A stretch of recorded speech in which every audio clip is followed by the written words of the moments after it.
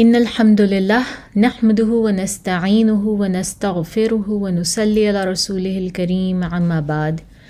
اعوذ باللہ من الشیطان الرجیم بسم اللہ الرحمن الرحیم رب اشرح لی صدری ویسر لی امری واحلل عقدۃ من لسانی یفقہوا قولی آمین یا رب العالمین۔ السلام علیکم ورحمۃ اللہ وبرکاتہ۔ لائیو سیرت سیشن پارٹ 94، اور لاسٹ ویک ہم پہنچ گئے تھے رسول اللہ صلی اللہ علیہ وسلم کے خطوط کے اوپر، جو انہوں نے مختلف ایمپررز کو، مختلف کنگز کو جو ہے وہ دنیا میں لکھے تھے۔ ایک طرح سے آپ کہہ لیں کہ گلوبل دعویٰ جو ہے وہ اسٹارٹ کر دی تھی صلح حدیبیہ کے بعد، جب تھوڑی سی فراغت ملی رسول اللہ صلی اللہ علیہ وسلم کو، اور ان کا دھیان جو ہے وہ ہٹا قریش سے اور ان مستقل حملوں سے جو مسلمانوں کے اوپر ہو رہے تھے عرب کے اندر سے ہی۔ جب اس سے تھوڑا سا دھیان ہٹا اور رسول صلی اللہ علیہ وسلم کو فراغت ملی، تو انہوں نے سوچا دین اسلام جو ہے وہ دنیا بھر میں پھیلانے کے لیے، اور اس کے لیے اس وقت کا جو مین آپ کہہ لیں ذریعہ تھا اپنی بات دور تک پہنچانے کے لیے، ظاہر ہے نہ کوئی انٹرنیٹ تھا، نہ ٹیلی فونز تھے، نہ کسی قسم کی لائیو اسٹریمنگ ہوتی تھی، نہ کوئی ٹی وی تھے،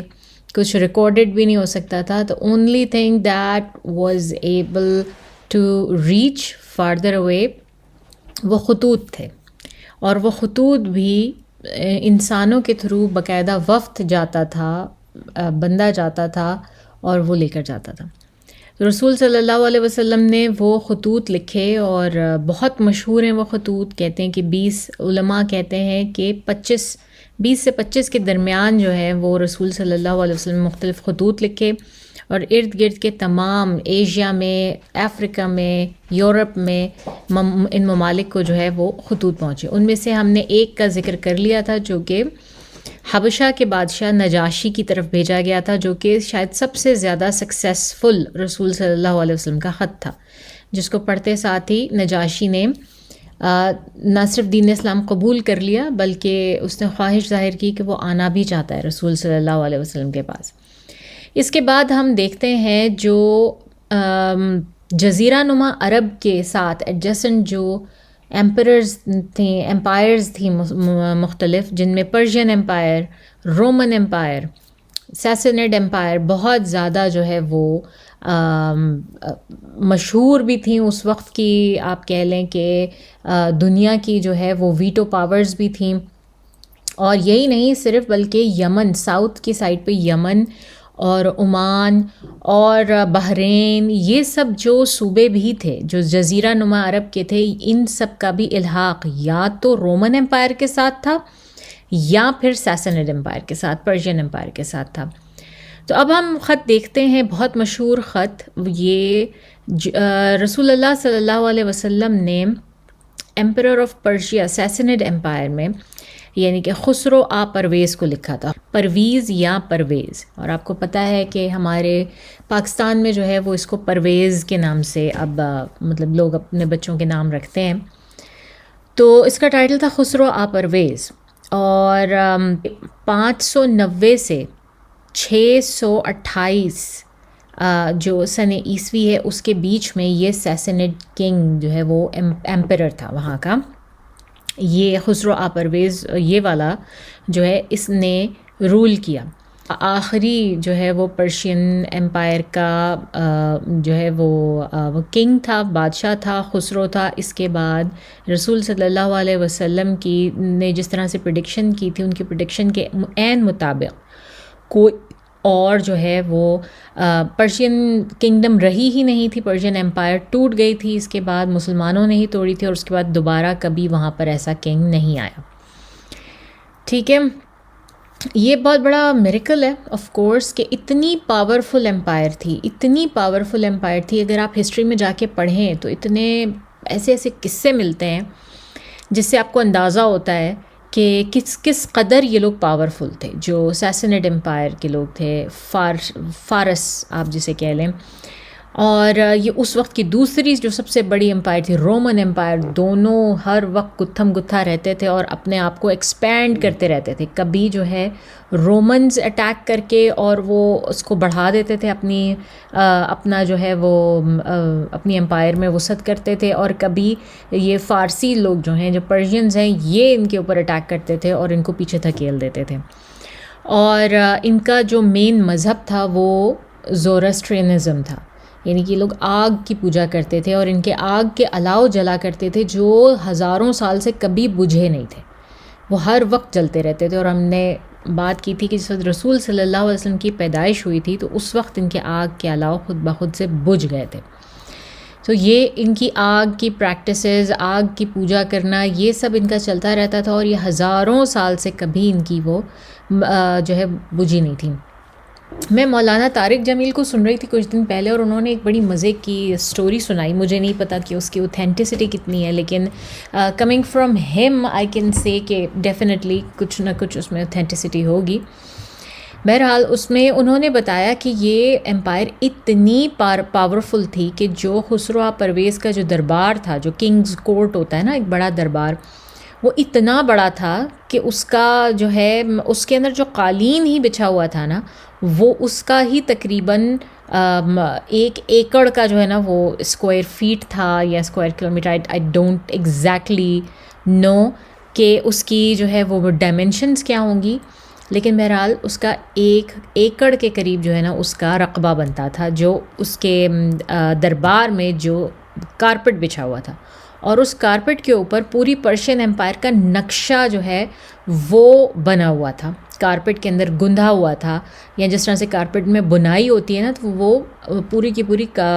پرشین امپائر کا نقشہ بنا ہوا تھا.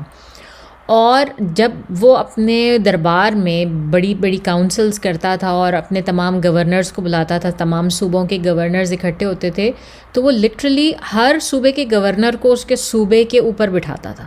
اس میپ کے اوپر جو صوبے بنے ہوئے تھے, تو ہر صوبے کا گورنر اپنے صوبے کے جو ہے نا وہ اوپر بیٹھتا تھا. اتنا بڑا جو ہے وہ اس کا دربار لگتا تھا, اور اس کے دربار میں کسی کو جانے کی اجازت نہیں ہوتی تھی جب تک کہ وہ ایک خاص قسم کی ٹوپی نہیں پہن لیتا تھا جس کی کہ قیمت لاکھوں میں تھی. پہلے لوگوں کو وہ ٹوپی لے کے وہ ٹوپی پہننی پڑتی تھی جب پتہ لگتا تھا کہ وہ یہ اہل ہیں کہ وہ جا کے بادشاہ سے مل سکیں اور اس کی باتیں سن سکیں, اس سے بات کر سکیں, اس سے ہم کلام ہو سکیں. اس کے بغیر وہ جا نہیں سکتے تھے اس دربار میں. اور پھر جس وقت حضرت عمر بن خطاب رضی اللہ تعالیٰ عنہ کے دور میں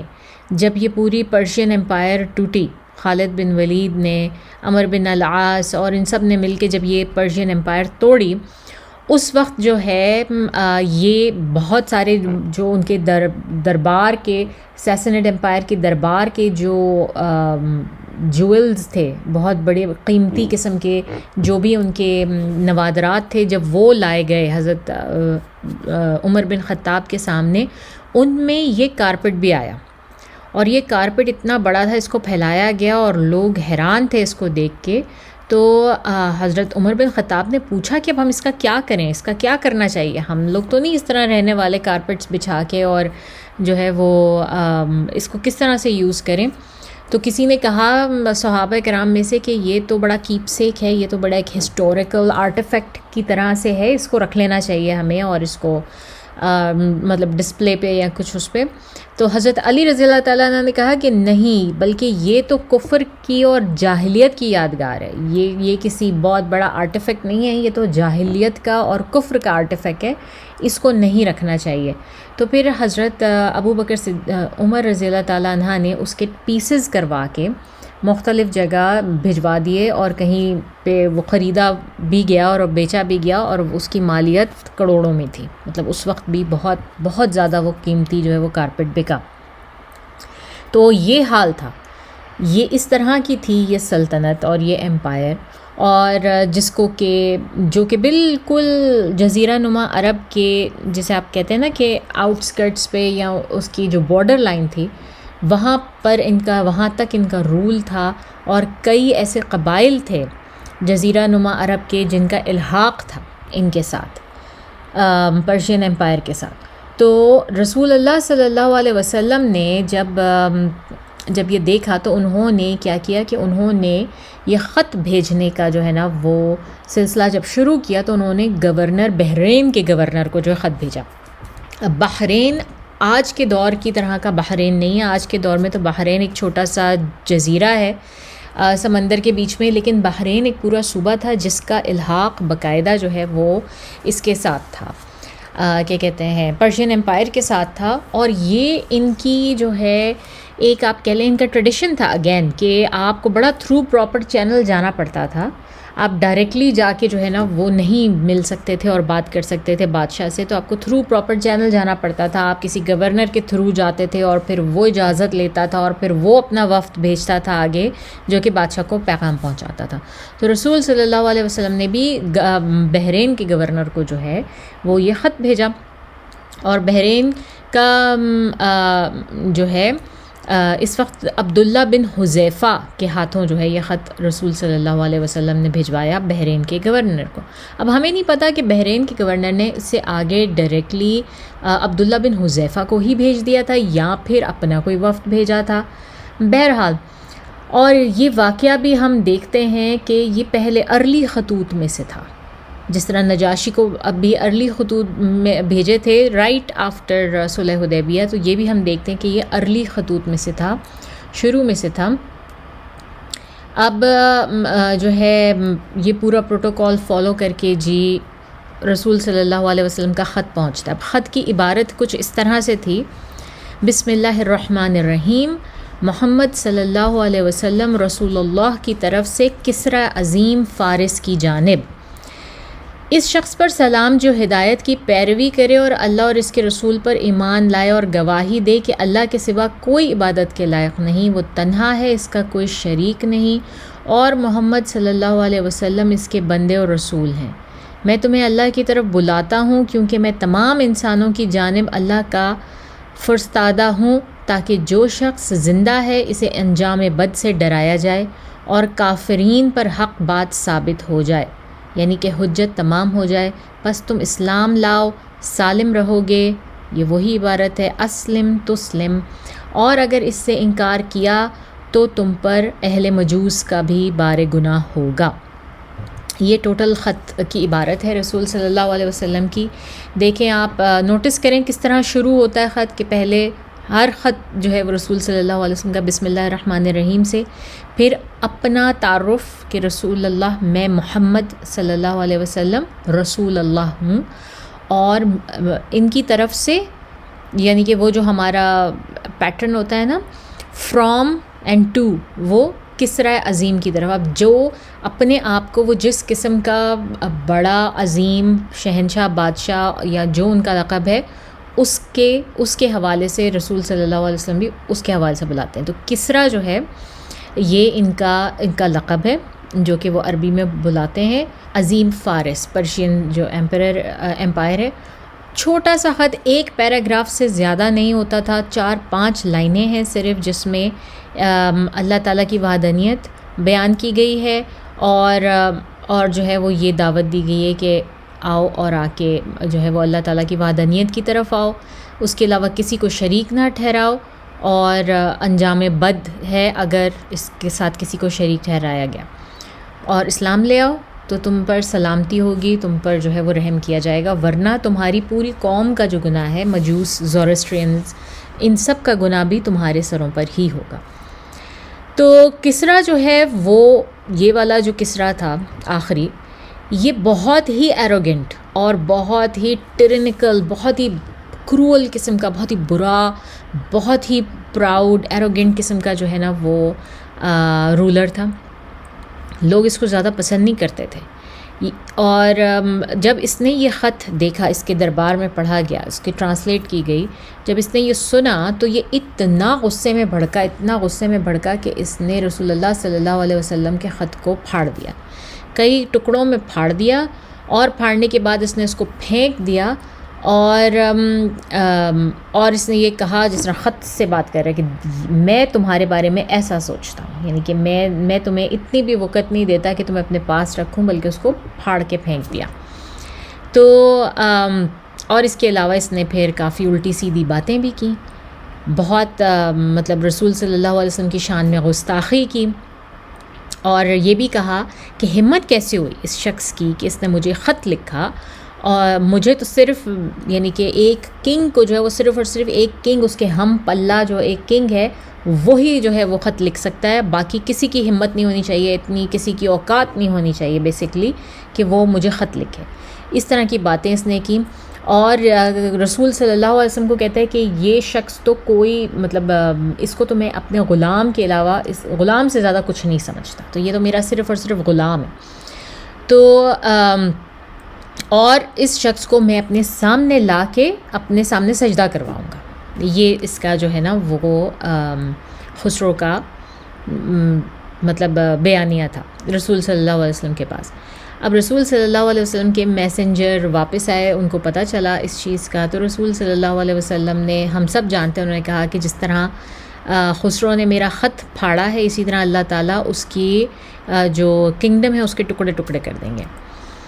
تو یہ دعا نہیں تھی، دعا سے زیادہ ایک پریڈکشن تھی، رسول صلی اللہ علیہ وسلم کو بتا دیا گیا تھا، اللہ تعالیٰ نے بتا دیا تھا کہ اس کا بیہیویئر کے حساب سے اس کے کنگڈم کا بھی حشر ہونے والا ہے۔ تو اب اس کے بعد اس نے کیا کیا، کسریٰ نے اپنے یمن کے گورنر کو جو ہے نا وہاں پر اس نے ایک میسیج بھیجا۔ اب ہم یہ دیکھ رہے ہیں کہ بحرین کے گورنر کے تھرو رسول صلی اللہ علیہ وسلم نے خط بھیجوایا تھا کسریٰ کو، اور کسریٰ جو ہے وہ بحرین بھی نہیں بلکہ یمن میں جو گورنر بیٹھا ہوا ہے، mostly eastern side of the Yemen, Oman side جو ہے وہ کسریٰ کے انڈر تھی، وہ پرشین امپائر کے ساتھ تھی۔ وہاں کا جو گورنر تھا اس کا نام تھا بازان،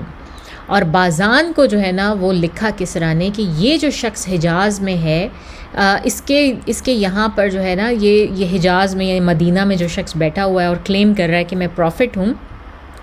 تو اس کے پاس نا 2 مضبوط آدمی بھیجو، اور ان کو حکم دو کہ وہ اس کو پکڑ کے میرے پاس لے کر آئیں۔ یعنی کہ رسول صلی اللہ علیہ وسلم کی شان میں کہہ رہا ہے وہ خسرو یہ بات، اور ان کو کہتا ہے کہ یہ پکڑ کے جو ہے نا وہ 2 شخص رسول اللہ صلی اللہ علیہ وسلم کو میرے روبرو حاضر کریں، اور فوری طور پہ جیسے میرا یہ میسج ملے فوری طور پہ جو ہے ان کو روانہ کیا جائے۔ اچھا، تو اب بازان نے جو ہے وہ یہی کیا۔ بازان لٹرلی یہ اس قسم کے بادشاہ تھے کہ ان کو صرف بادشاہ نہیں بلکہ لوگ ان کو اپنے رب کے جو ہے نا وہ پیرل رکھتے تھے، یعنی کہ لٹرلی ان کی پوجا تک کرتے تھے، ان کو اپنے خدا تک مان لیتے تھے۔ تو اس نے جو ہے بازان نے یہی کیا، اس نے فوری طور پہ 2 مضبوط آدمی چنے اور ان کو مدینہ کی طرف روانہ کیا، اور جب اس نے روانہ کیا وہاں پہ اور ان کو حکم دے کے بھیجا کہ بھائی جاؤ اور جا کے پکڑ کے لانا ہے اس بندے کو، دیکھو کیا معاملہ ہے اس کا۔ تو یہ لوگ آئے، رسول اللہ صلی اللہ علیہ وسلم کی شان میں جو ہے نا وہ آ کے انہوں نے اپنے بادشاہ کے بڑے قصے پڑھے پہلے کسریٰ کے، اور پھر اس کے بعد انہوں نے شاہ بازان کا جو مکتوب آیا اس کے بارے میں بتایا اور کہا کہ ہم لینے آئے ہیں آپ کو اور آپ کو ہمارے ساتھ چلنا ہے، اور بڑی دھمکی آمیز باتیں کی۔ مطلب آپ ان کی اوڈیسٹی دیکھیں نا کہ وہ یہ بھی خیال نہیں کر رہے کہ وہ ایک اور لٹرلی ایک بادشاہ کے ہی، یا بادشاہ نہیں بھی ہے تو ایک بہت جو ہے وہ جریر قسم کے ایسے قبیلے کے سردار کے روبرو حاضر ہو رہے ہیں جس کے ہاتھ پہ کئی فتوحات ہیں۔ سب کو پتہ ہے کہ اس شخص نے قریش کو کس طرح پچھاڑا ہے اور جیوز کو کس طرح نکالا ہے، اور سارا کچھ ان کے سامنے جو ہے نا وہ آ کے کہہ رہے ہیں کہ ہمیں مطلب ہمارے ساتھ چلو ورنہ ہم یہ کر دیں گے وہ کر دیں گے، جس طرح دھمکی والا جو ہے وہ ایک ہوتا ہے۔ بیسکلی رسول صلی اللہ علیہ وسلم کو دن دہاڑے کڈنیپ کرنے آئے تھے۔ تو رسول صلی اللہ علیہ وسلم نے ان کی باتیں سنی آرام سے، اور ان کو جو ہے آرام سے بہت ڈیل کیا، اور ان کو کہا کہ دیکھو تم ابھی آئے ہو، تم لوگ بھی تھکے ہوئے ہو، ایسا کرو کہ ذرا آرام کر لو، کل بات کریں گے ہم اس پہ، کل چلیں گے۔ اور جو خط یہ لے کر آئے تھے نا رسول صلی اللہ علیہ وسلم نے ابھی وہ خط نہیں پڑھا، تو ان کو کہا کہ ٹھیک ہے ہم کل بات کریں گے۔ اچھا جی، اب کل آئی اگلے دن، اور اگلے دن بہت ہی دلچسپ بات ہوتی ہے، اور وہ بات یہ ہوتی ہے کہ پیچھے خسرو کے فارس میں جہاں پر کہ یہ کسریٰ بیٹھا ہوا ہے، خسرو پرویز، اس کسریٰ کے گھر میں جو ہے نا اپنے محل میں کہ کوڈیٹا ہو جاتا ہے، یعنی کہ اس کا جو اپنا بیٹا ہے نا وہ اس کا تخت الٹ دیتا ہے، اس کے تخت پہ قبضہ کر دیتا ہے اور اس کو بہت ہی تکلیف دہ موت، یعنی کہ اس کو پہلے جو ہے اس میں بھوکا پیاسا زندان میں رکھتا ہے اور پھر پتہ نہیں کیا کیا ٹارچر کرتا ہے اور اس کے بعد اس کو مار دیتا ہے خسرو کو۔ تو رسول صلی اللہ علیہ وسلم کو یہ خبر جبرائیل امین آ کے دے دیتے ہیں، ان کو پتہ چل جاتا ہے اور ابھی کسی کو نہیں پتہ، اینڈ دیر از نو وے کہ 2-3 ہفتے سے پہلے وہ خبر پہنچے بھی وہاں تک، تو رسول صلی اللہ علیہ وسلم کو پتہ چل جاتا ہے۔ تو اگلے دن جب یہ دونوں سپاہی جو لینے آتے ہیں نا رسول صلی اللہ علیہ وسلم کو، جب یہ آتے ہیں اور رسول صلی اللہ علیہ وسلم سے پھر اپنا وہی مطالبہ کرتے ہیں کہ یہ خط ہے اور یہ حکم نامہ ہے اور آپ کو ہمارے ساتھ چلنا ہے، تو رسول صلی اللہ علیہ وسلم ان کو کہتے ہیں میرا خیال ہے کہ اب تم لوگوں کو واپس چلے جانا چاہیے اپنے رب کے پاس۔ ان کا رب کون ہے؟ بازان جو گورنر ہے یمن کا۔ تم لوگ اپنے رب کے پاس واپس چلے جاؤ اور جا کے اس کو کہو کہ اس کا رب جو ہے اس کو میرے رب نے مار ڈالا ہے۔ ٹھیک ہے، رسول صلی اللہ علیہ وسلم یہ بات کہتے ہیں۔ اب بازان کا رب کون ہے؟ وہ ہے وہی کسریٰ، خسرو پرویز، ٹھیک ہے، اور رسول اللہ صلی اللہ علیہ وسلم کا رب اللہ تعالیٰ۔ تو رسول صلی اللہ علیہ وسلم بیسکلی اس عبارت میں ان کو بتاتے ہیں کہ تمہیں جا کے پہلے یہ پتہ کرنا چاہیے کہ کسریٰ جو ہے وہ اب مر چکا ہے، اور یہ بیسکلی جو تم لے کر آئے ہو جس اتھارٹی کے اوپر جو حکم نامہ لے کر آئے ہو، اب وہ ایگزسٹ کرتا بھی ہے کہ نہیں کرتا، پہلے تمہیں یہ پتہ کرنا چاہیے۔ تو یہ لوگ جو ہے نا تھوڑے سٹپٹا گئے، اب انہوں نے کہا کہ یہ کیا ہو گیا اور سارا کچھ ہو گیا، اور یہ ہمیں اس کی ایگزیکٹ ڈیٹ بھی پتہ ہے، یہ ہو رہا ہے منگل کی رات 10 جمادی الاول سن 7 ہجری کا واقعہ، اور یہ بالکل الائن کرتا ہے اسلامک ہسٹوریکل فیکٹ سے ایز ویل ایز جو یورپین یا وہاں کی جو ہسٹری ہے، نان مسلم ہسٹری بھی ہے، اس کے ساتھ ہی بالکل الائن کرتا ہے کہ یہ ڈیٹس جو ہیں یہ بالکل الائن کرتی ہیں۔ تو رسول صلی اللہ علیہ وسلم کا تو اس چیز کا علم وحی کے ذریعے ہوا تھا۔ تو اب انہوں نے جو ہے ان دونوں لوگوں نے کہا، جب ان کو پتہ چلا، ان کے ہوش اڑ گئے، انہوں نے کہا کہ آپ ہوش میں ہیں، آپ کو پتہ ہے آپ کیا کہہ رہے ہیں؟ ہم تو بہت معمولی سی بات بھی جو ہے نا وہ بادشاہ کو سے پوچھتے ہوئے گھبراتے ہیں، کیونکہ وہ بہت ہی قابل اعتراض ہوتی ہے، تو ہم یہ اتنی بڑی بات جو ہے وہ ہم بادشاہ کو لکھ کر بھیجیں؟ آپ صلی اللہ علیہ وسلم نے فرمایا کہ ہاں، اسے میری اس بات کی خبر دو، اور نہ صرف یہ کہ خبر دو بلکہ اس کو یہ بھی کہو کہ میرا دین اور میری حکومت وہاں تک پہنچ کر رہے گی جہاں تک کسریٰ پہنچ چکا ہے، بلکہ اس سے بھی آگے، اس سے بھی بہت آگے بڑھتی جائے گی، اور اس جگہ جا کے رکے گی جس سے کہ آگے اونٹ اور گھوڑوں کے قدم ہی نہیں جا سکتے، یعنی کہ اسلام اتنا پھیلے گا، اس جگہ تک جائے گا جہاں پہ سرزمین ختم ہو جاتی ہے، وہاں تک پہنچے گا۔ تو اس کے بعد یہ دونوں جو ہے نا وہ مدینہ سے روانہ ہو گئے، انہوں نے جا کر ساری تفصیلات سے بازان کو آگاہ کیا، اور بازان بھی تھوڑا جو ہے وہ خائف ہوا اور حیران ہوا، لیکن کیا ہوا کہ کچھ عرصے کے بعد ہی جو ہے نا بازان کے پاس بھی خط آ گیا وہاں سے، فارس سے، مین ہیڈ کوارٹرز یا جہاں پر کنگ کا محل تھا، کسریٰ کا محل تھا، کہ اور یہ خط شیرو کی طرف سے تھا، جو کہ شیرویا یا شیرو جس طرح بھی اس کا نام تھا، اور یہ بیٹا تھا خسرو پرویز کا، اس کی طرف سے خط تھا کہ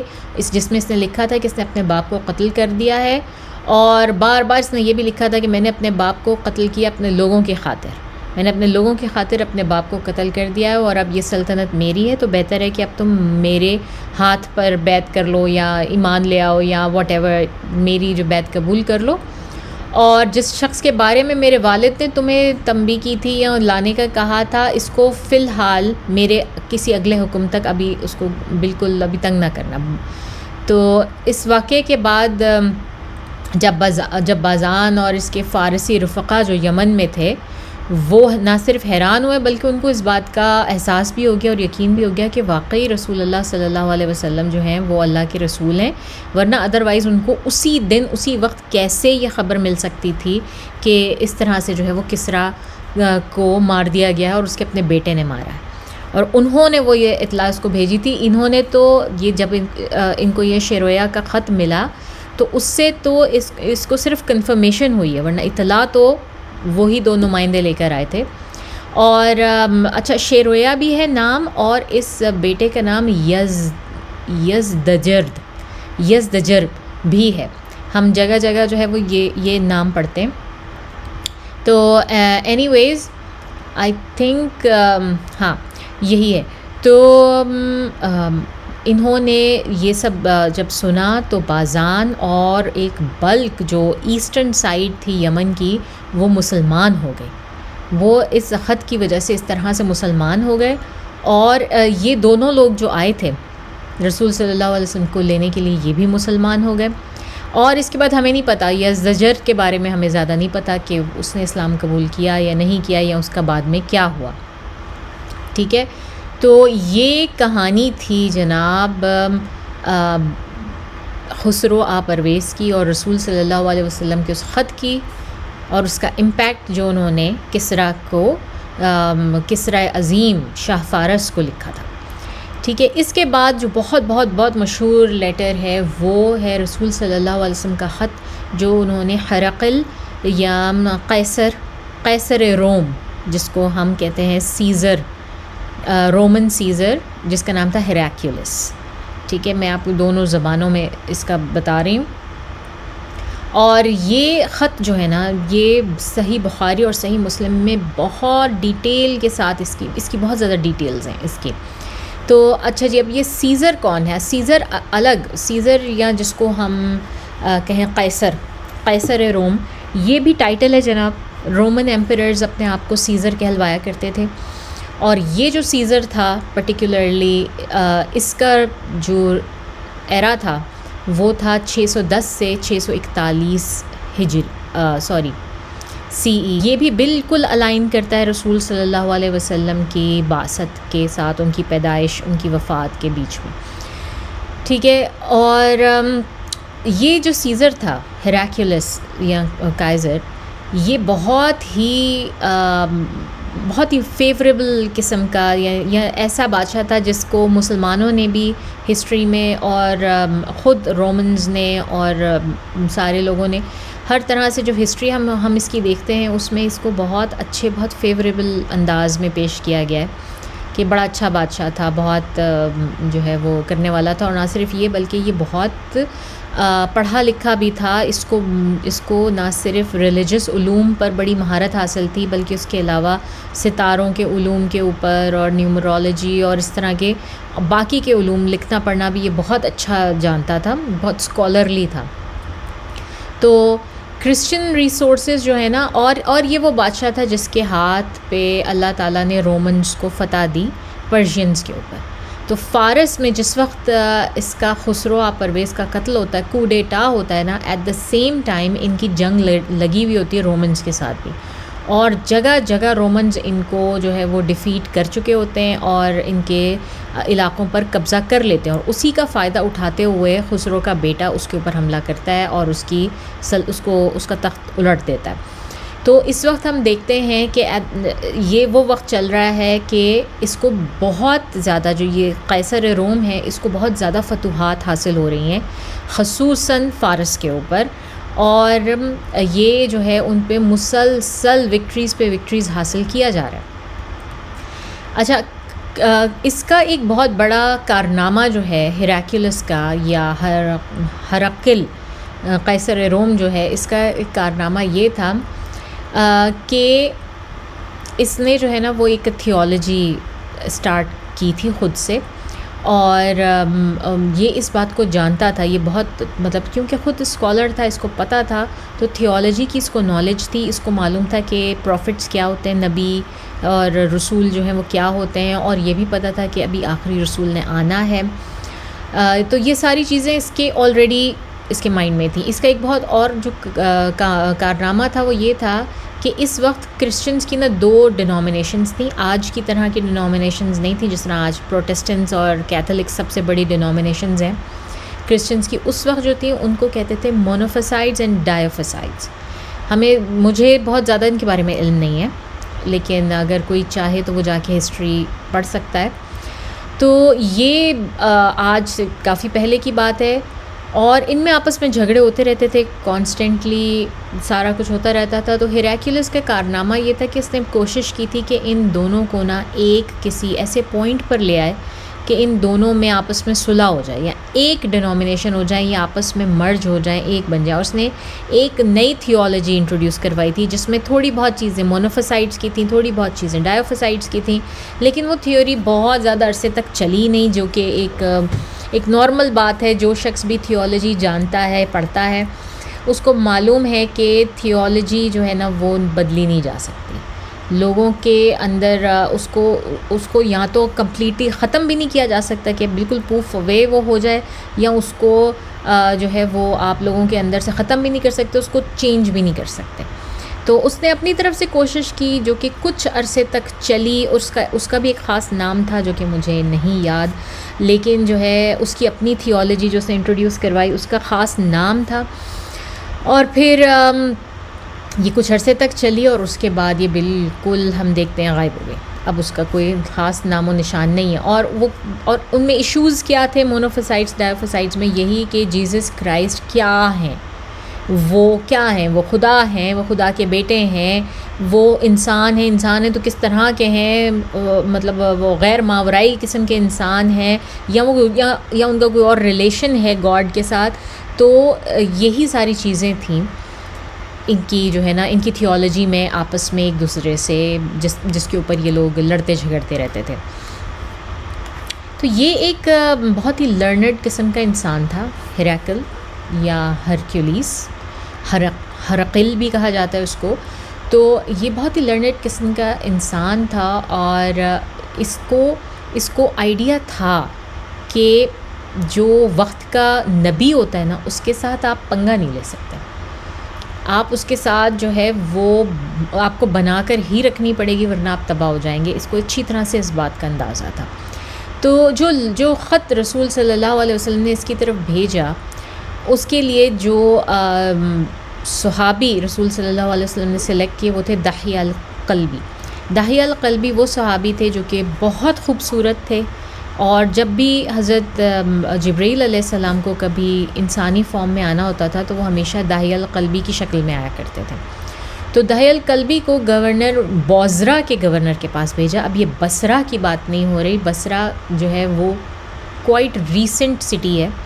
عراق کا، جبکہ بوزرا جو ہے وہ دمشق میں دمشق کے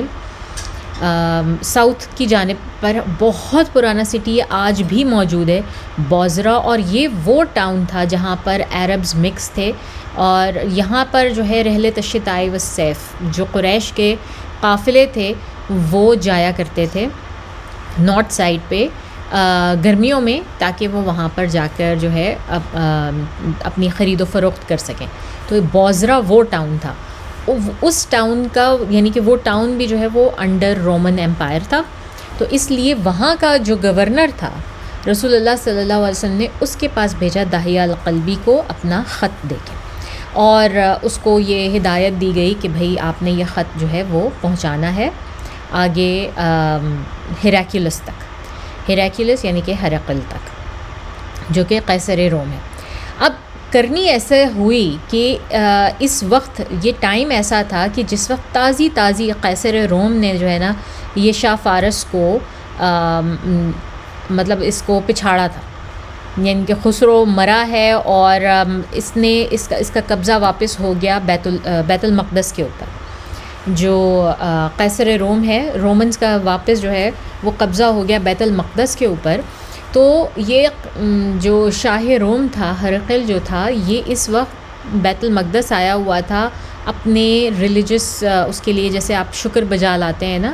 کہ اللہ کا شکر بجا لانے کے لیے حمص سے ایلیا بیت المقدس کی طرف جو ہے وہ آیا ہوا تھا کہ اللہ تعالیٰ نے اس کے ہاتھ پر اتنی بڑی وکٹری دی، اور رومنز کو جو ہے واپس بیت المقدس مل گیا، اور اہل فارس کو شکست فاش ہوئی. تو یہ فارسیوں نے خسرو پرویز کو قتل کرنے کے بعد رومیوں سے ان کے مقبوضہ علاقوں کی واپسی شروط پر صلح کر لی، اور صلیب بھی واپس کر دی جس کے متعلق نصارہ کا جو کرسچنز تھے ان کا عقیدہ تھا کہ اس پر حضرت عیسیٰ علیہ السلام کو پھانسی دی گئی ہے. تو وہ صلیب، وہ آرٹیفیکٹ جو تھا ان کا ریلیجس آرٹیفیکٹ، وہ فارسیوں کے پاس تھا. تو وہ ان سے واپس لے لیا، اور قیصر نے اس صلح کے بعد اس صلیب کو اس کی اصل جگہ نصب کرنے کے لیے اور اس فتح مبین کا جو ہے نا وہ شکر بجا لانے کے لیے، یہ تقریباً اسی وقت پہ بالکل 7ویں ہجری میں سن 629 تقریباً بنتا ہے. اس میں جو ہے یہ بیت المقدس میں موجود تھا. یعنی کہ جس وقت گئے دحیہ الکلبی جو ہیں، جس وقت یہ جاتے ہیں رسول اللہ صلی اللہ علیہ وسلم کا خط لے کے بوزرا میں جاتے ہیں، تو اس وقت بہت دور نہیں تھا، رومن کسی کیپٹل میں نہیں تھا قیصر روم، بلکہ وہ قریب ہی تھا اور وہ بیت المقدس میں موجود تھا. بخاری میں جو ہے نا وہ مینشنڈ ہمیں ملتا ہے کہ ایک روز جو ہے نا وہ ہرقل کی آنکھ کھلی جب یہ بیت المقدس میں ہی تھا، اور وہ بہت ہی ڈسٹرب تھا. مطلب سب لوگ اس کی شکل پہ دیکھ سکتے تھے کہ بہت ہی اینکشس ہے، بہت ہی ڈسٹربڈ ہے. تو لوگوں نے سے پوچھا کہ کیا ہوا؟ تو ہرقل نے کہا کہ میں نے خواب دیکھا ہے، اور میں نے خواب میں کچھ اس طرح سے دیکھا ہے کہ مجھے میرے ستارے اور یہ سب میرا علوم بھی جو ہے نا وہ یہ بتاتے ہیں کہ ایک بہت بڑا لیڈر آنے والا ہے، ایک لیڈر آنے والا ہے، اور یہ ان لوگوں کا لیڈر ہے جو کہ ختنہ کرائے ہوتے ہیں، جو کہ سرکمسائزڈ ہوتے ہیں، ان میں سے آئے گا، اور یہ شخص جو ہے وہ دنیا کے اوپر رول کرے گا. تو لوگوں نے جو درباری تھے قیصر روم کے، ہیراکلیس کے، انہوں نے کہا آپ کو اس میں کیا مسئلہ ہے؟ ہمیں معلوم ہے کہ جو لوگ سرکمسائز کرواتے ہیں وہ جیوز ہیں. اس وقت جو ہے وہ صرف اور صرف جیوز ہی تھے جو کہ جن کے بارے میں نون تھا، اور کرسچنز کی جیوز کے ساتھ کانسٹنٹ دشمنی اور ان کا ریسسزم وہ سب بھی بہت زیادہ ایویڈنٹ تھا. کرسچنز کہیں پہ جیوز کو ٹکنے نہیں دیتے تھے اور ان کی بہت پرسیکیوشن کرتے تھے، بہت زیادہ. تو جو درباری تھے انہوں نے یہی کہا ہرقل سے، قیصر روم سے، کہ آپ کو کس بات کا ڈر ہے نا؟ مطلب یہی لوگ ہوتے ہیں جو کہ سرکمسائزڈ ہوتے ہیں، جیوز ہوتے ہیں، ہم ان کے اوپر مزید سینکشنز لگا دیں گے، مزید ان کے اوپر جو ہے نا وہ ہم حملے کریں گے، اور ایسا زبردست ان کو مزہ چکھائیں گے کہ یہ آگے کھڑے ہی نہ ہو سکیں. اس سے پہلے کہ ہمارے سامنے کھڑے ہوں ہم ان کو پہلے ہی تباہ و برباد کر دیں گے. تو ہرقل نے جو ہے نا ابھی وہ اس نے سن تو لی بات، اس کو سمجھ بھی آ گئی، لیکن وہ سم واٹ جو ہے نا پھر بھی تذبذب کا شکار رہا، وہ مکمل طور پہ سیٹسفائی نہیں ہوا. اور اسی دوران جو ہے نا اس کو خط لے کر دحیہ القلبی پہنچ جاتے ہیں، اور اس کو خط ملتا ہے رسول اللہ صلی اللہ علیہ وسلم کا. اور رسول صلی اللہ علیہ وسلم خط میں فرماتے ہیں بسم اللہ الرحمن الرحیم،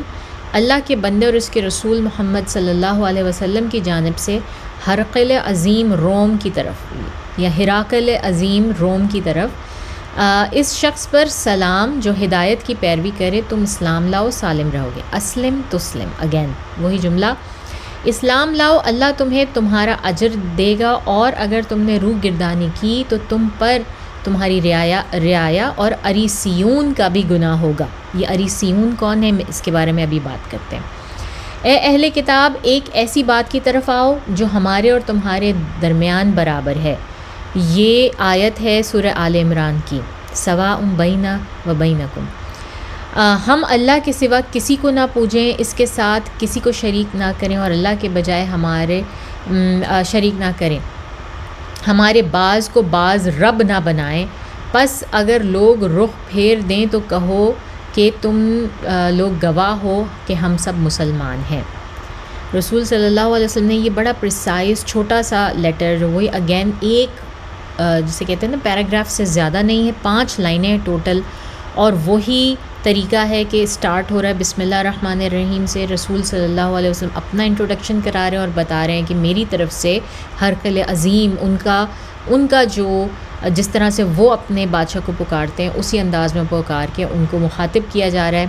اس کے بعد رسول صلی اللہ علیہ وسلم ان کو بہت ہی اچھی ہدایت دے رہے ہیں، اور صرف اریسیون کا جو ہے نا وہ ذکر کر رہے ہیں کہ ان کا گناہ تم پر ہوگا. اس کے بارے میں ہم ابھی بات کرتے ہیں. ساتھ میں رسول اللہ صلی اللہ علیہ وسلم نے ایک قرآن کی آیت لکھی ہے. جبکہ ہم دیکھتے ہیں کہ خسرو کو جو خط لکھا گیا تھا اس میں قرآن کی آیت موجود نہیں تھی، کیونکہ یہ بھی ایک اگین پریمونیشن تھی رسول صلی اللہ علیہ وسلم کی، ان کو معلوم تھا کہ وہ کس طرح سے اس کا ریئیکٹ کرے گا، اور رسول صلی اللہ علیہ وسلم نہیں چاہتے تھے کہ قرآن کی آیت جس میں لکھی ہوئی ہو اس کو پھاڑا جائے۔ تو یہ خط ملتا ہے، دحیہ القلبی لے کر آتے ہیں، اور ہراکل جو ہے نا وہ اپنے درباریوں سے کہتا ہے کہ چیک کرو، پتہ کرو کہ دحیہ القلبی کہاں سے آئے ہیں، ان کی مطلب ان کا اوریجن کیا ہے، اور یہ کہ یہ سرکمسائزڈ ہیں کہ نہیں، ختنہ کیے ہوئے ہیں کہ نہیں۔ اب ہمیں معلوم ہے کہ عربز بھی جو تھے وہ بھی اسلام آنے سے پہلے بھی ان میں کافی لوگ اس طرح کے تھے جو کہ ختنہ کرتے تھے، جو کہ حضرت ابراہیم علیہ السلام کی سنت پر عمل کرتے تھے، اور نہ صرف یہ کہ جیوز ہی کیا کرتے تھے بلکہ عربز میں بھی یہ پریکٹس موجود تھی۔ تو ہرقل کو بتایا گیا، اس کو کنفرم کیا گیا، مجھے نہیں پتا کس طرح انہوں نے کنفرم کیا، بہرحال اس کو بتایا گیا کہ ہاں واقعی یہ لوگ بھی کرتے ہیں۔ تو ہرقل جو تھا اس نے کہا کہ اچھا مجھے یہ تو معلوم تھا کہ ایک نبی نے آنا ہے، لیکن وہ ان کی قوم سے آئے گا، بنی اسماعیل میں سے آئے گا، یہ نہیں مجھے اندازہ تھا کہ وہ اس قوم میں سے آئے گا۔ لیکن اس کے بعد اس نے جو ہے نا یہ کہا کہ اپنے ہرکارے بھیجے ہر جگہ، اور پتہ کروایا کہ پتہ کرو کہ قریش اور بلاد الشمس میں قریش کا جو ہے نا کوئی بندہ موجود ہے، وہاں سے آیا ہوا حجاز سے کوئی بندہ موجود ہے جو کہ مکہ یا مدینہ سے ہو، بہرحال ان میں سے اگر کوئی بندہ موجود ہے تو اس کو میرے دربار میں پیش کیا جائے۔ یہ اس نے اپنے ہرکارے دوڑائے اور ان کے بارے میں معلومات مزید اکٹھی کی، اور یہ بات کہی، اس سے اندازہ ہوتا ہے کہ کس قدر پڑھا لکھا سمجھدار انسان تھا۔ تو اس نے بالکل تعظیم کے ساتھ رسول صلی اللہ علیہ وسلم کا خط لکھا اور رکھا، اور ہرگز اس کو جو ہے مطلب کسی قسم کی بدفعلی نہیں کی، کوئی کسی قسم کی ڈسرسپیکٹ نہیں کی۔ اب یہ وہ وقت تھا، اتفاق کی بات ایسی تھی کہ یہ وہ وقت تھا کہ یہ قریش مکہ جو ہے نا وہ اس وقت جاتے تھے اپنا قافلہ لے کر بوزرا کی طرف، یہ ان کا نارتھ کی طرف جانے کا ٹائم تھا، اور ان کا قافلہ بشمول ابو سفیان اور دیگر قریش کے جو امراء تھے ان کے وہاں موجود تھا۔ بوزرا میں اس وقت یہ قافلہ موجود تھا، یہ لوگ سب وہاں موجود تھے، اپنی ٹریڈنگ کر رہے تھے۔ تو جس وقت ہیراکلیس کا جو ہے وہ پیغام آتا ہے، اس کا حکم آتا ہے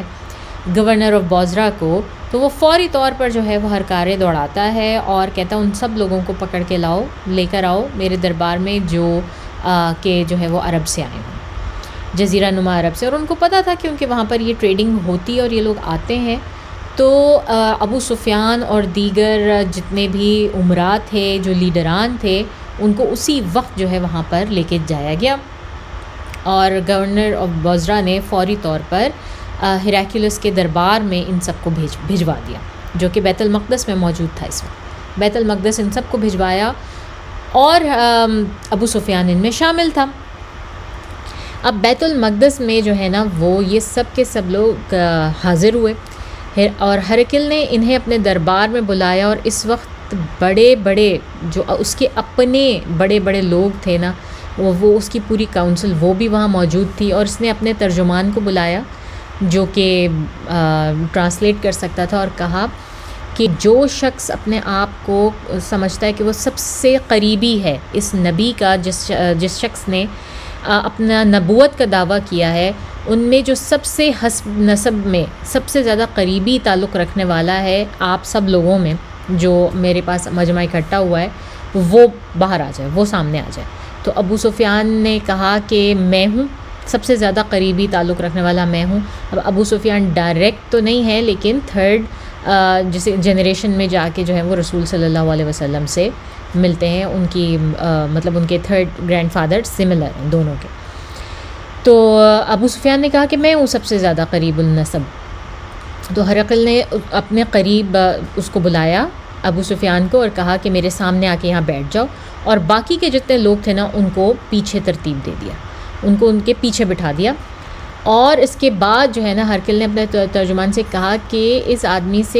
سے میں کچھ سوال کرنا چاہتا ہوں، اور جو یہ پیچھے لوگ بیٹھے ہوئے ہیں نا،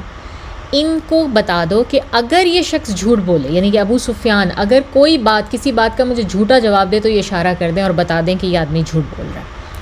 اچھا، اب آپ یہ دیکھیں کہ یہ شخص کتنا وائز ہے، ہیراکلیوس جو ہے، کہ یہ بیٹھا ہوا ہے وہاں پہ، ٹھیک ہے، اور اس نے اصل بات کا پتہ لگانا ہے، سچائی کا پتہ لگانا ہے، اور سچائی کا پتہ لگانا ہے ان لوگوں سے جس کے بارے میں اس کو یہ پتہ چل گیا کہ یہ دشمن ہے، یہ نبی کریم صلی اللہ علیہ وسلم کے دشمن ہیں۔ تو ظاہر دشمن ہے تو اس میں بہت جو ہے وہ اس بات کا چانس ہے کہ وہ جھوٹ بھی بولیں گے، وہ غلط بیانی سے بھی کام لیں گے، وہ الزام تراشی بھی کریں گے۔ تو اس نے کیا اس کا جو ہے وہ طریقہ نکالا کہ اس نے ان کا جو سب سے لیڈر تھا، شاید اس کو نہ پتہ ہو، ہرقل کو نہ پتہ ہو کہ ابو سفیان تو ان کا لیڈر بھی ہے، لیکن وہ تو اس سے کویسچن کر رہا تھا کیونکہ وہ حسب نسب میں سب سے قریب تھا رسول اللہ صلی اللہ علیہ وسلم کے، کہ اب یہ شخص مجھے کیسے سچ بتائے گا کہ اس کے پیچھے جو لوگ بیٹھے ہوئے ہیں نا وہ اشارہ کریں گے کہ اس نے سچ کہا یا جھوٹ کہا۔ اب آمنے سامنے بھی نہیں بیٹھے کہ وہ آنکھ کے اشارے سے یا کسی اشارے سے کہے کہ بھائی میں جو کہہ رہا ہوں تم لوگوں نے مجھے میری بات کی جو ہے نا وہ پیروی کرنی ہے۔ تو ظاہر ہے اگر 10 لوگ پیچھے بیٹھے ہیں تو 10 کے 10 تو اس کو فالو نہیں کریں گے نا، کسی کے منہ سے تو نکلے گا ہی کہ یہ جھوٹ بول رہا ہے۔ اور بیٹھے ہوئے بھی وہ ایک عظیم رومن بادشاہ کے دربار میں اس کے سامنے بیٹھے ہوئے ہیں، تو ویسے ہی بندہ اتنا زیادہ نروس ہوتا ہے ایسی سچویشن میں کہ جھوٹ بولنا اس کے ذہن پہ بہت بعد میں آتا ہے۔ اور پھر دوسری بات یہ بھی ہے جو ہم آگے دیکھیں گے کہ ابو سفیان خود بھی کہتا ہے کہ یہ عرب کے کلچر میں ہی نہیں تھا، جھوٹ بولنا کا مطلب تھا بہت ہی بڑی ڈس آنر۔ آپ مطلب آپ اتنے بڑے عہدے پر فائز ہیں، آپ ان کے لیڈر ہیں اور آپ جھوٹ بولیں، یہ انہرڈ آف تھا۔ آپ یہ کام جو ہے وہ کبھی کرتے ہی نہیں تھے، چاہے ان میں 10,000 برائیاں صحیح، لیکن یہ برائی نہیں تھی ان میں، جھوٹ بولنے کی برائی تھی ہی نہیں، ٹھیک ہے۔ تو اب جو یہ ہیراکل تھا اس نے کویسچن کرنے شروع کیا، ہم وہ کویسچنز دیکھتے ہیں۔ تو اس نے کہا، ابو سفیان کہتے ہیں، اب یہ ساری روایت ہمیں جو ہے نا وہ ابو سفیان سے ڈائریکٹلی ملتی ہے۔ جب لیٹر آن انہوں نے فتح مکہ کے بعد جب اسلام قبول کیا تو یہ پوری کی پوری جو حدیث ہے یہ خود ابو سفیان کی نریشن ہے۔ وہ کہتے ہیں جو پہلا سوال ہرقل نے مجھ سے کیا وہ یہ تھا کہ تم لوگوں میں اس شخص کا حسب نسب کیسا ہے؟ تو میں نے کہا کہ وہ سب سے اونچے نسب والا ہے، ظاہر ہے۔ اور پھر ہرقل نے کہا تو کیا یہ بات اس سے پہلے تم میں سے کسی اور نے بھی کی تھی؟ یعنی کہ تو میں نے کہا نہیں۔ پھر ہرقل نے کہا کیا اس کے باپ دادا میں سے کوئی بادشاہ گزرا ہے، بہت بڑا بادشاہ وہ؟ تو میں نے کہا نہیں۔ تو ہرقل نے کہا اچھا تو بڑے لوگوں نے اس کی پیروی کی ہے یا کمزوروں نے پیروی کی ہے؟ کس قسم کے لوگوں نے پیروی کی ہے؟ تو میں نے کہا کہ بالکل کمزوروں نے۔ تو ہرقل نے کہا یہ لوگ بڑھ رہے ہیں یا گھٹ رہے ہیں؟ ان کی تعداد جو اسلام قبول کرنے والے ہیں ان کی تعداد بڑھ رہی ہے یا گھٹ رہی ہے؟ تو میں نے کہا کہ یہ بڑھ رہے ہیں۔ اور پھر ہرقل نے پوچھا کیا اس دین میں داخل ہونے کے بعد ایسا بھی ہوتا ہے کہ کوئی شخص اس سے باہر نکل آئے، چھوڑ دے اس کو؟ تو میں نے کہا نہیں۔ پھر ہرقل نے کہا کہ اس نے جو بات کہی ہے اسے کہنے سے پہلے تم لوگ اس کو جھوٹا سمجھتے تھے یا یہ کوئی ڈس آنیسٹ انسان تھا، جھوٹ بولنے والا تھا؟ تو میں نے کہا نہیں، بالکل بھی نہیں، وہ ہمارے نزدیک ظاہر ہے کہ رسول اللہ صلی اللہ علیہ وسلم صادق تھے، صادق ان کا لقب تھا۔ تو پھر ہرقل نے کہا کیا وہ بد عہدی بھی کرتا ہے، ڈس آنیسٹ ہے؟ تو میں نے کہا نہیں، البتہ ہم لوگ اس وقت اس کے ساتھ ایک صلح کے معاہدے میں ہیں، ایک مدت گزار رہے ہیں، معلوم نہیں اس میں وہ کیا کرے گا۔ ابو سفیان کہتے ہیں یہ واحد فقرہ تھا، بالکل واحد، وہ ایسا جو میں بیچ میں انسرٹ کر سکا نا اس گفتگو، اس سوال جواب کے دوران، کہ میں اپنی طرف سے کچھ بیچ میں انسرٹ کر سکوں، تو میں نے بس ایک یہ فقرہ انسرٹ کیا کہ ہم لوگ جو ہیں وہ ابھی ایک صلح کا ٹائم گزار رہے ہیں اور اب دیکھتے ہیں کہ اس میں کیا ہوتا ہے۔ تو ہرقل نے کہا کیا تم لوگوں نے اس سے کبھی جنگ کی ہے؟ میں نے کہا ہاں کی ہے۔ ہرقل نے کہا کہ پھر اس کا کیا رہا، اس کا رزلٹ کیا رہا؟ تو میں نے کہا کہ کبھی وہ جیتا اور کبھی ہم جیتے، اور کبھی برابر رہے۔ تو ہرقل نے کہا کہ وہ تمہیں کن باتوں کا حکم دیتا ہے، بیسکلی اس کی جو ہے وہ کرو۔ تو میں نے کہا کہ وہ کہتا ہے کہ صرف اللہ کی عبادت کرو، اس کے ساتھ کسی کو شریک نہ کرو، تمہارے باپ دادا جو کچھ کہتے تھے اس کو چھوڑ دو، وہ ہمیں نماز پڑھنے کا کہتا ہے، سچائی، پرہیزگاری، پاک دامنی، قرابت داروں سے حسن سلوک کا حکم دیتا ہے۔ اس کے بعد ہرقل نے اپنے ترجمان سے کہا تم اس شخص سے کہو، یعنی کہ ابو سفیان سے، کہ میں نے تم سے اس شخص کا نسب پوچھا. یعنی کہ اب ہرقل جو ہے نا وہ ایکسپلین کرتا ہے کہ اس نے جو کویسچنز پوچھے اس سے کیوں پوچھے. تو ہرقل جو ہے وہ ایکسپلین کر رہا ہے اپنے ٹرانسلیٹر کے تھرو کہ نبی کریم صلی اللہ علیہ وسلم کا جب حسب نسب پوچھا تو تم نے کہا وہ حسب نسب والا ہے. اور دستور یہی ہے کہ پیغمبر کوئی بھی جب کسی قوم میں آتا ہے تو وہ اپنی قوم میں سب سے اونچے حسب نسب کا اور سب سے بہترین فیملی میں بیسکلی جو ہے وہ بھیجے جاتے ہیں. پھر میں نے دریافت کیا کیا اس سے پہلے بھی تمہارے قبیلے میں یا جگہ پہ کسی نے کہا تھا یہ بات کہی؟ تو تم نے کہا کہ کبھی بھی نہیں کہی. تو اگر اس سے پہلے کسی نے یہ بات کہی ہوتی تو میں کہتا کہ یہ شخص جو ہے وہ اس کی نقالی کر رہا ہے یا اس کو ممک کر رہا ہے تاکہ اس کو اس طرح کا رتبہ اور اس طرح کا آنر جو ہے وہ ملے. پھر میں نے تم سے دریافت کیا کہ کوئی تمہارے باپ داداؤں میں سے بادشاہ بھی گزرا ہے؟ تم نے کہا نہیں. تو اگر ایسا ہوتا کہ کوئی بادشاہ گزرا ہوتا یا سیاست تو مطلب فیملی میں ہوتی بیسکلی تو میں یہ سمجھتا کہ یہ شخص بادشاہت کا طلبگار ہے. کیونکہ ایک دفعہ اگر فیملی میں کسی کی خون میں بلڈ میں سیاست گھس جائے، بادشاہی گھس جائے تو پھر وہ خاندانوں میں چلتی ہے، پھر وہ اس چیز سے باہر نہیں نکلتے. اب ہم اپنے ارد گرد دیکھ سکتے ہیں کافی مثالیں. ہمارے پاس خاندان بھٹو ہے، خاندان شریفان ہے. تو ایک دفعہ سیاست گھسی ہوئی ہے تو وہ موروثی اس میں چلتی جاتی ہے. یہ پوائنٹ جو ہے وہ ہیراکلیس اس کو سمجھا رہا ہے ابو سفیان کو. تو اور پھر میں نے پوچھا کہ اس نے کبھی کوئی ایسی بات کی کہ جس پہ تم لوگ اس کو جھوٹ مطلب اس کو جھوٹا کہو؟ تم نے کہا کہ نہیں. تو میں اچھی طرح جانتا ہوں کہ ایسا ہو ہی نہیں سکتا کہ جو شخص لوگوں پر چھوٹی چھوٹی چیزوں پہ جھوٹ نہیں باندھ سکتا تو وہ اتنا بڑا جھوٹ ایک اللہ کے خلاف، کریٹر کے خلاف کیسے بولے گا؟ تو وہ جھوٹ نہیں بول رہا. اب آپ یہ دیکھیں کہ ابو سفیان کھڑا ہوا ہے، اس نے بتایا یہ سب کچھ، اور ہیراکلیس سے ابو سفیان کو دعویٰ مل رہی ہے. بیسکلی جو ہرقل ہے وہ دعوت دے رہا ہے اس وقت ابو سفیان کو، وہ سمجھا رہا ہے. اور پھر اس کے بعد میں نے یہ بھی دریافت کیا کہ بڑے لوگ اس کی پیروی کرتے ہیں یا کمزور؟ تم نے کہا کمزوروں سے تو ہمیشہ یہی ہوتا آیا ہے، مطلب سینچریز سے، کیونکہ اس نے وہ ایک تعلیم یافتہ اسکالر ہے، کہ ہمیشہ جو کمزور طبقہ ہوتا ہے سوسائٹی کا سب سے پہلے وہی اس چینج کو ایکسیپٹ کرتے ہیں، اڈاپٹ کرتے ہیں، کیونکہ ان کے پاس لوز کرنے کے لیے بہت کچھ نہیں ہوتا. جتنے بڑے جتنے امیر کبیر لوگ ہوتے ہیں ان کے پاس بہت کچھ ہوتا ہے لوز کرنے کے لیے، کہ اگر وہ اپنے اسٹینڈ سے پیچھے ہٹ جائیں تو ان کو اپنا نام، اپنے کام، اپنی جائیداد، اپنی پراپرٹیز، اپنے بزنسز، بہت کچھ لوز کرنا پڑ جاتا ہے. تو اس لیے جو کمزور طبقہ ہوتا ہے وہ ایک دم سے سب سے پہلے وہ آتا ہے اس طرف. پھر میں نے تم سے یہ پوچھا تھا کہ دین میں داخل ہونے کے بعد کوئی شخص واپس پلٹتا بھی ہے یا مرتد ہوتا ہے؟ تو تم نے کہا کہ ہرگز نہیں. اور مطلب ہم دیکھیں تو ہوئے بھی ہیں ایک دو مرتد، لیکن ظاہر ہے کہ بلک آف دیم یعنی 99.9999% لوگ نہیں ہو رہے مرتد. اور ابو سفیان تک اگر کوئی ہوا بھی ہے تو اس کی خبر پہنچی نہیں. ٹھیک ہے، تو حقیقت یہی ہے کہ جب دلوں میں ایمان گھس جاتا ہے کسی کے تو پھر اس کا دل بدلنا بہت مشکل ہوتا ہے. تو یہ ایسا ہی ہوتا ہے، وہ شخص مرتد نہیں ہوتا پھر. اور پھر جب میں نے دریافت کیا کہ وہ بے دہدی کرتا ہے، تم نے کہا نہیں. تو پیغمبر ایسے ہی ہوتے ہیں، وہ کبھی اپنے عہد سے نہیں پھرتے، اپنی بات سے نہیں پھرتے. اور پھر میں نے پوچھا جن باتوں کا وہ حکم دیتا ہے، تو تم نے بتایا کہ وہ ساری کی ساری باتیں تو ایسی ہیں کہ پاک دامنی والی یہ صحیح شریعت ہے. یہ تو مطلب اس میں کون سی چیز غلط ہے؟ جس کا اس نے حکم دیا ان میں سے کوئی بات ایسی نہیں ہے کہ جس کا اس نے حکم دیا اور وہ صحیح نہ ہو. اور اگر تم نے جو کچھ کہا ہے وہ سچ ہے تو بہت جلد یہ شخص جو ہے نا اس جگہ میرے ان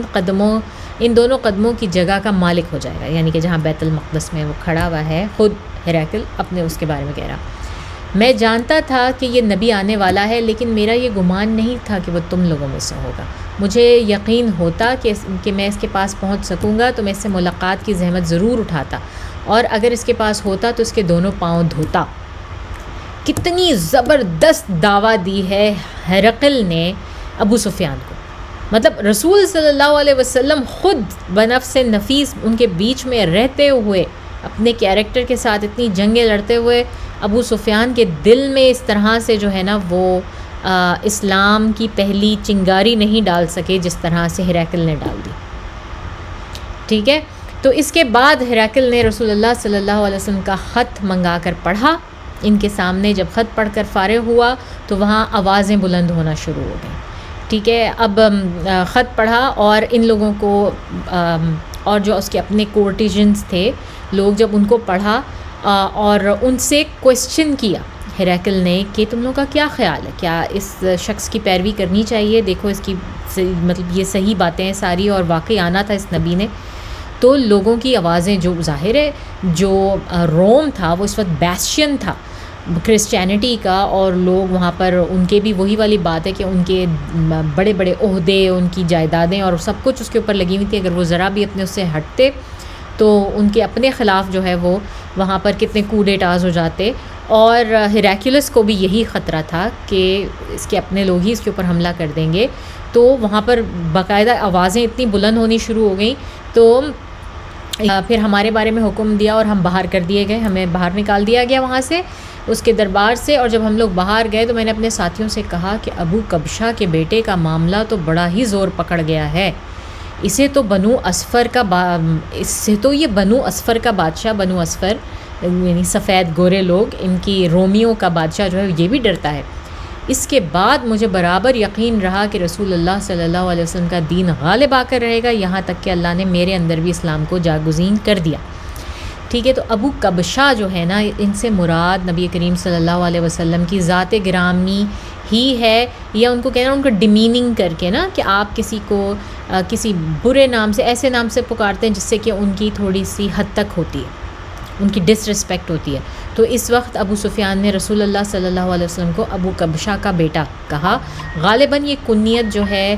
وہ یہ کس کی کنیت تھی یہ ہمیں نہیں پتہ، دادا یا نانا کی کنیت تھی، یا یہ آپ کی رضائی جو فادر تھے سعدیہ حلیمہ کے شوہر جو تھے ان کی کنیت تھی. بہرحال رسول صلی اللہ علیہ وسلم کا درجہ گرانے کے لیے، اس کو ڈیمین کرنے کے لیے جو ہے اس نے ابو سفیان نے اس وقت رسول صلی اللہ علیہ وسلم کو ابو کبشہ کے بیٹے کی حیثیت سے جو ہے وہ کیا. اور یہ عرب کا دستور تھا کہ جب ان کو کسی کی تنقیص کرنی ہوتی تھی تو اس کے آباء و اجداد میں سے جو سب سے غیر معروف شخص تھا، جو بالکل جس کو کوئی نہیں جانتا تھا، یا سب سے لوور گریڈ کا جو شخص تھا، اس کی طرف منسوب کرتے تھے. ٹھیک ہے. اچھا، اب ہم نے بات کی تھی کہ اریسیون کا، میں نے آپ سے کہا تھا کہ ہم بعد میں بات کریں گے. رسول صلی اللہ علیہ وسلم کے خط میں یہ لفظ آیا تھا اریسیون کا، جس کے اوپر اسکالرز بہت بحث کرتے ہیں کیونکہ یہ لفظ جو ہے یہ عربک زبان کا نہیں ہے. تو پھر وہ لوگ کہتے ہیں کہ اریسیون کہاں سے آیا، اس کا کیا مطلب ہے. تو اس کا مطلب ظاہر ہے جب عربک زبان کا نہیں ہے تو ان کو اچھی طرح معلوم ہے کہ اس لفظ کا مطلب کوئی پیگن بھی نہیں ہے یا کوئی رعایا بھی نہیں ہے خالی. تو پھر اریسیون کون تھے؟ تو لیٹر آن بہت جو ایسے اسکالرز تھے جو کہ یورپین اسکالرز آپ جنہیں کہتے ہیں، جنہوں نے اسلام قبول کیا یا کچھ جنہوں نے نہیں بھی کیا، انہوں نے اس بات کو کہا ہے کہ اریسیون وہ لوگ تھے جو کہ ایریوس کو ماننے والے تھے، ایریس کو ماننے والے تھے. اب ایریس کون تھا؟ ایریس جو ہے بہت پہلے جب کانسٹنٹین آتا ہے اور وہ تمام جب روم جو ہے بیسکلی وہ کرسچینٹی قبول کرتا ہے اور کانسٹنٹین تمام ڈینومینیشنز کو بلاتا ہے.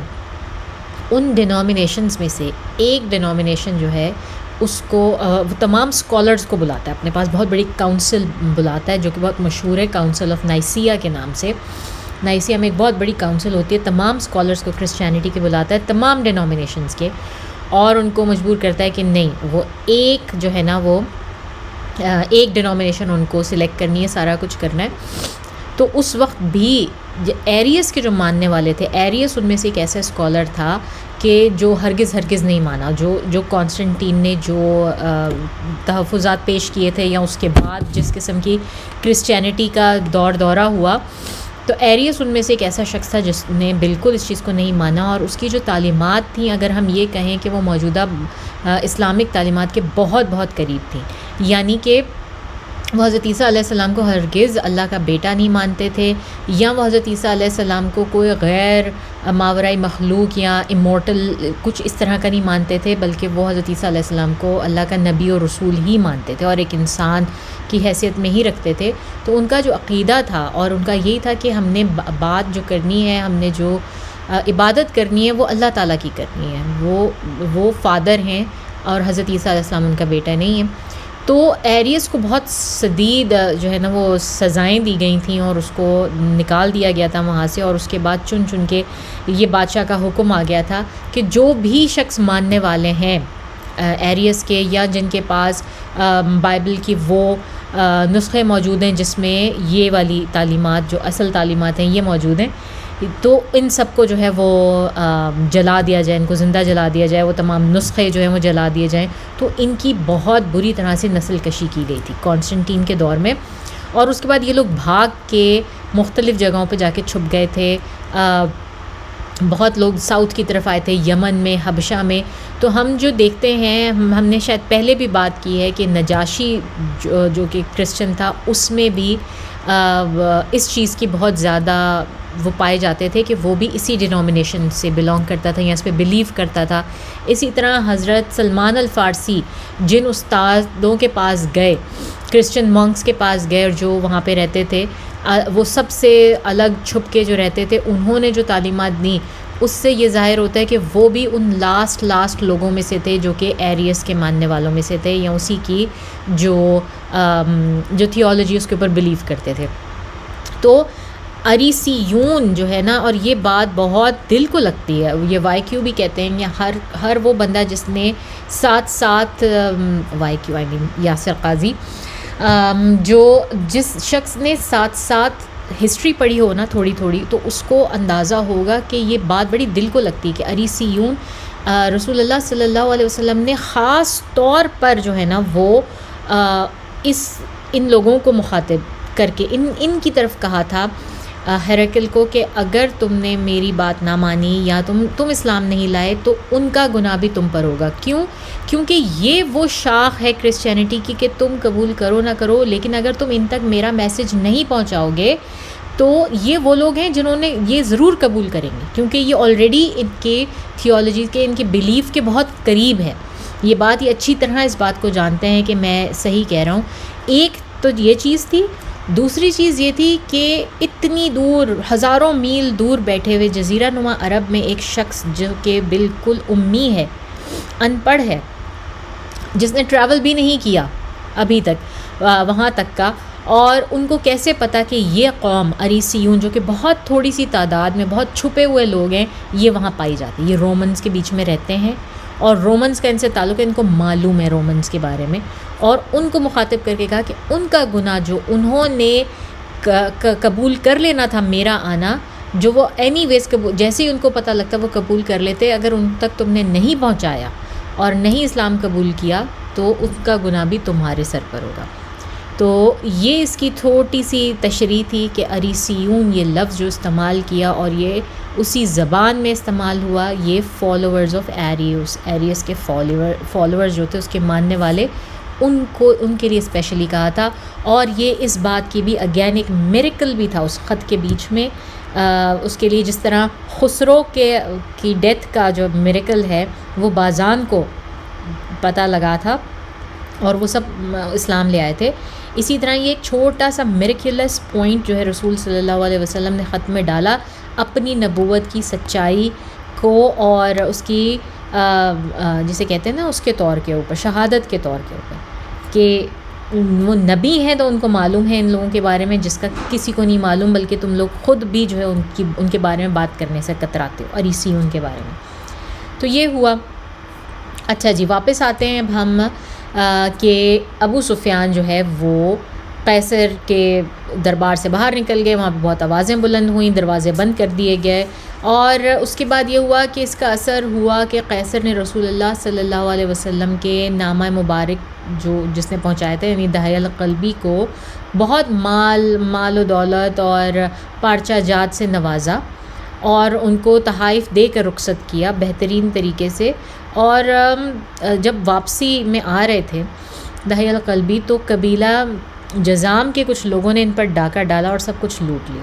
اور دہیہ الکلبی جب مدینہ پہنچے تو اپنے گھر کے بجائے سیدھا رسول اللہ صلی اللہ علیہ وسلم کی خدمت میں حاضر ہوئے، جو مسجد نبوی میں یوزلی ہوتے تھے، اور سارا ماجرا سنایا۔ تفصیل سن کر رسول صلی اللہ علیہ وسلم نے کہا، حضرت زید بن حارثہ کی سرگردگی میں 500 صحابہ کرام کی ایک جماعت بنا کے جو ہے بھیجی اس قبیلے کی طرف، اور انہوں نے جا کر جو ہے وہ ان کے اوپر چڑھائی کی۔ انہوں نے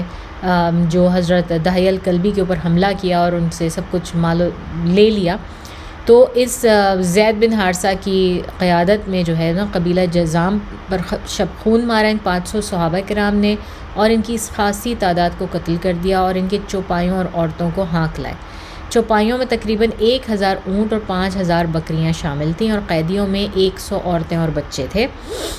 چونکہ نبی کریم صلی اللہ علیہ وسلم اور قبیلہ جزام میں پہلے سے مصالحت کا عہد چلا آ رہا تھا، ان کے آپس میں ان کی کوئی جو ہے وہ ہوئی ہوئی تھی،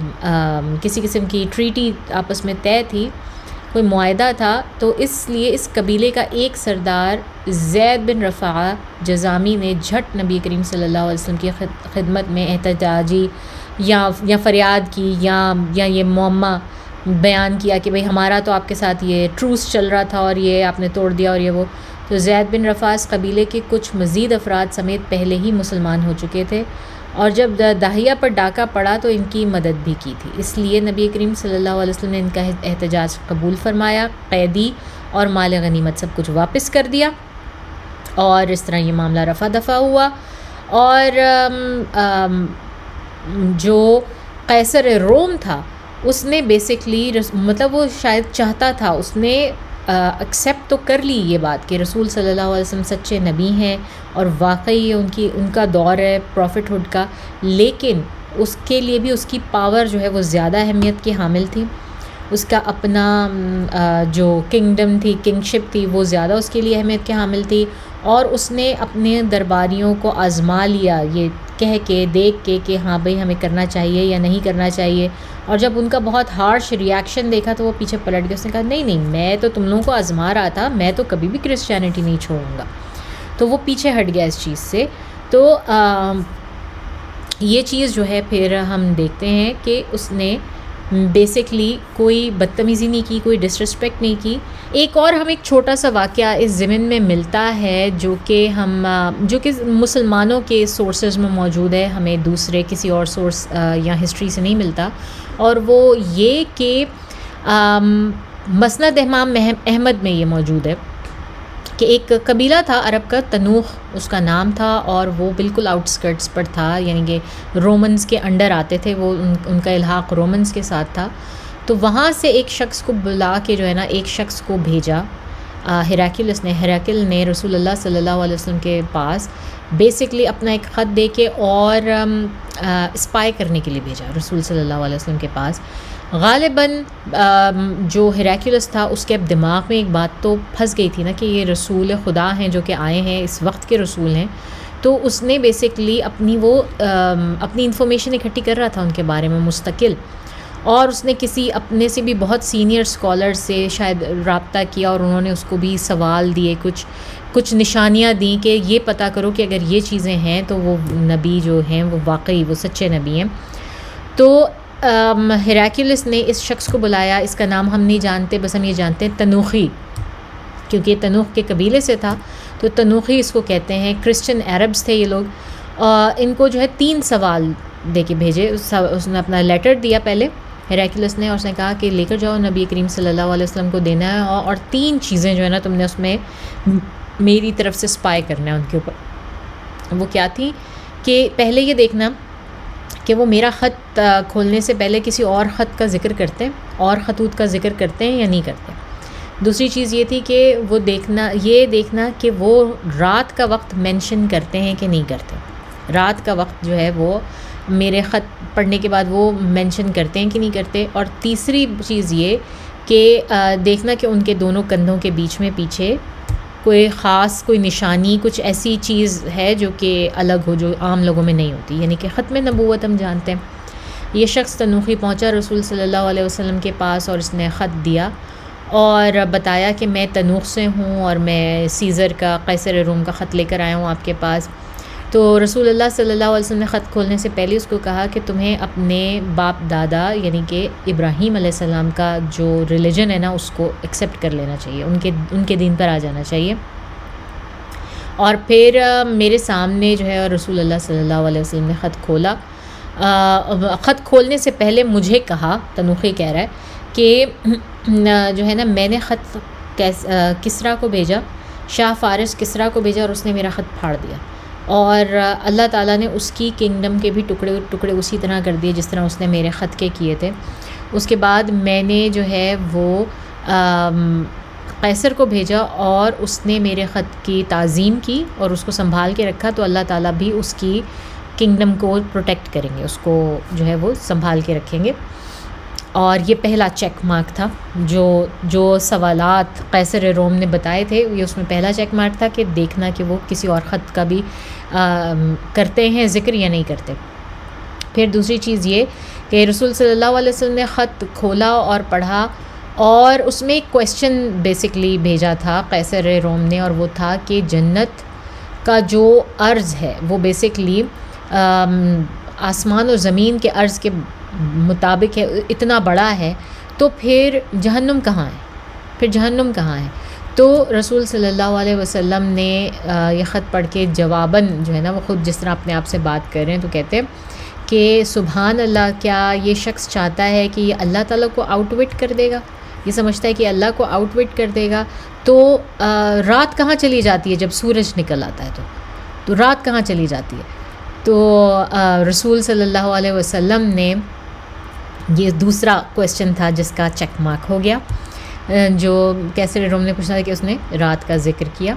رسول صلی اللہ علیہ وسلم نے رات کا ذکر کیا۔ اب یہ اس وقت چلا گیا تنوخی، یا شاید 1-2 دن کے بعد آیا، اور اب اس کو سمجھ نہیں آ رہا تھا کہ یہ وہ ختم نبوت کس طرح چیک کرے، تو اللہ تعالیٰ نے بتا دیا رسول صلی اللہ علیہ وسلم کو، اور انہوں نے خود سے اس کو جو ہے وہ اپنی ختم نبوت دکھائی،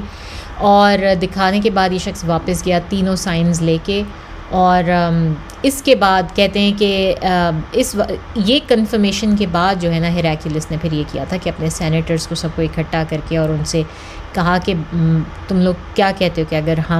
میں جو ہے وہ یہ فیتھ، یہ دین ایکسیپٹ کر لوں اس عرب رسول کا، اور میں نے یہ سائنز منگوائے تھے اور یہ سائنز مجھے مل گئے ہیں، بیسکلی شورٹی ہو گئی ہے مجھے، تو اس پر جو ہے تمام لوگوں نے بہت زیادہ بولٹنگ اور اپنی آوازیں اونچی کرنی شروع کر دیں اور ہیراکلیس کے خلاف۔ تو ہیراکلیس پھر ڈر گیا اور اس نے کہا کہ نہیں میں تو تم سب کو بس ٹیسٹ کر رہا تھا، آف کورس میں تو کبھی بھی میں ہمیشہ فیتھفل رہوں گا، کرسچینٹی سے کبھی بھی نہیں چھوڑوں گا۔ اور پھر اس طرح سے بات ختم ہو گئی۔ 7 سال کے اندر ہم دیکھتے ہیں کہ اس کے ساتھ بھی کو ہوا، الٹیمیٹلی پاور جو دنیا کی وہ تو ختم ہونی ہی ہوتی ہے، تو اس نے پاور کے پیچھے لگ کے اس وقت اسلام قبول نہیں کیا، لیکن وہ پاور بھی سے چھن گئی اور اس کو بھی قید و بند کی صعوبتیں اٹھانی پڑیں اور پھر مارا گیا۔ تو اس کا انجام بھی ویسے ہی ہوا، لیکن بہرحال اس وقت جو ہے اس کی سلطنت بچ گئی۔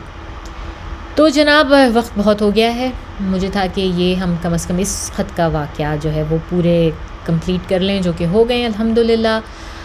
اگلے سیشن میں ہم مزید کچھ اور خطوط دیکھیں گے، پڑھیں گے، سارے تو نہیں کریں گے لیکن جو بہت مشہور ہیں بس وہی۔ تو اب تک کے لیے اتنا ہی، اور آپ دیکھ سکتے ہیں میرے پیچھے ہمارے پاس جو ہے وہ سردی کی آمد ہے، اور جس طرح ہمارے پاس یہاں پہ سردی کی آمد ہے، اسی طرح سوڈان میں بھی، اسی طرح سے غزہ میں بھی وہاں پر سردیاں شروع ہونے والی ہیں، اور اگین ایک اور موسم ایسا آنے والا ہے کہ جس میں یہ لوگ کھلے آسمانوں کے نیچے بیٹھے ہوئے ہیں اور کس حال میں ہیں، اور کتنے لوگوں کو لوز کر چکے ہیں، اپنے کتنے پیاروں کو لوز کر چکے ہیں، مگر ہمت نہیں توڑتے۔ اللہ تعالیٰ ان کی ہمتیں قائم رکھیں، ان کو اپنی دعاؤں میں یاد رکھیں، جو کر سکتے ہیں کریں، کم از کم آواز دوسروں تک پہنچائیں، اسپریڈ کریں ان کا میسیج، سوڈان کا بھی، غزہ کا بھی، یمن کا بھی، کشمیر کا بھی، جہاں جہاں مسلمان تکالیف میں، اللہ تعالیٰ ان سب کے اوپر اپنی رحمتیں و برکتیں نازل فرمائیں اور ان کو وکٹری دیں کفار کے اوپر۔ تو اب تک کے لیے اتنا ہی، وآخر دعوانا الحمدللہ رب العالمین، سبحانک اللہم نشہد ان لا الہ الا انت نستغفرک ونتوب الیک۔ السلام علیکم ورحمۃ اللہ وبرکاتہ۔